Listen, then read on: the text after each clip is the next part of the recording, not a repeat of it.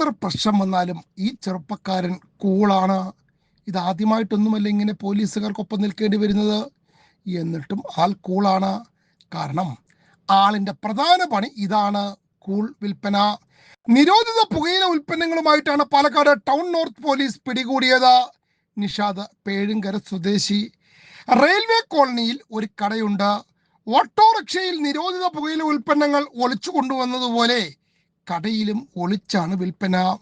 10 രൂപയുടെ കൂൾ 80 രൂപയ്ക്കാണ് ഇയാൾ വിൽക്കുന്നത്. എത്ര ലാഭം കിട്ടുമെന്ന് നിങ്ങൾ ഊഹിച്ചോളൂ. കുട്ടികൾക്കും മുതിർന്നവർക്കും എല്ലാം ഇയാൾ ഇത് നൽകും. ഒരു ചാക്ക് നിറയെ നിരോധിത പുകയില ഉൽപ്പന്നങ്ങളാണ് പോലീസ് പിടികൂടിയത്. ഓ, ഇതൊക്കെ ചെറുത്, MDMA ഒന്നും അല്ലല്ലോ വിറ്റതെന്ന് പറയുന്നവരോട് പലരുടെയും തുടക്കം ഇതിൽ നിന്നാണ്. അതുകൊണ്ട് നിങ്ങളുടെ മക്കൾ ഇയാളിൽ നിന്നും തുടങ്ങാതിരിക്കാൻ ഇയാളുടെ കടയിൽ പോകുന്നുണ്ടോ എന്ന് നിരീക്ഷിക്കുന്നത് നന്നായിരിക്കും.